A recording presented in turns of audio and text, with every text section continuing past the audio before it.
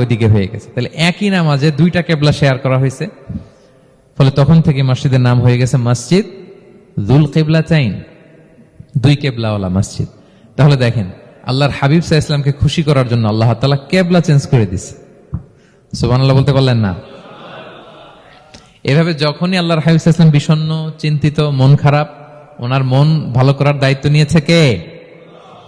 জিব্রাইল এসে শোনাতে লাগলো, আগের জামানায় কেউ 500 বছর 700 বছর হায়াত পেয়েছে।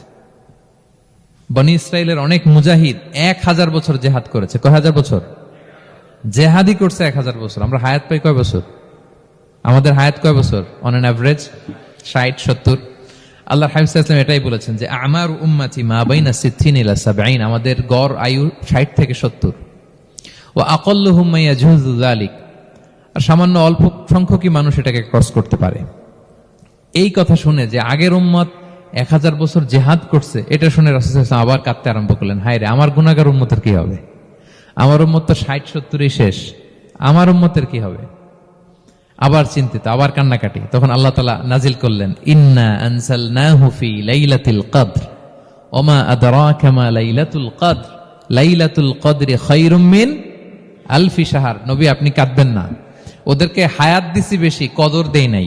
আপনার উম্মতকে হায়াত কম দিছি, কিন্তু আপনার উম্মতের জন্য আমি লাইলাতুল কদর রেখে দিয়েছি।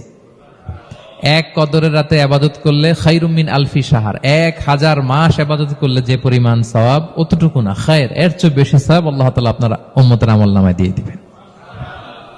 আবার আল্লাহর হাবিব সাল্লাল্লাহু আলাইহি ওয়াসাল্লাম মন ভালো হয়ে গেল। ওয়ালা সাউফা ইউতিকা রাব্বুকা, সবাই বলেন ওয়ালা সাউফা ইউতিকা রাব্বুকা ফাতারদা।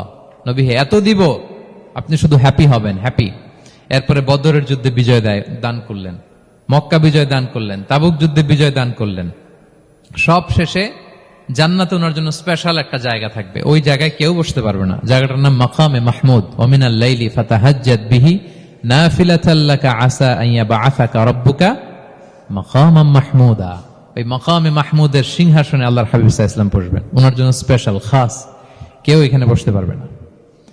তার মানে হ্যাপি শুধু দুনিয়াতেই করবে না, আল্লাহ তাআলা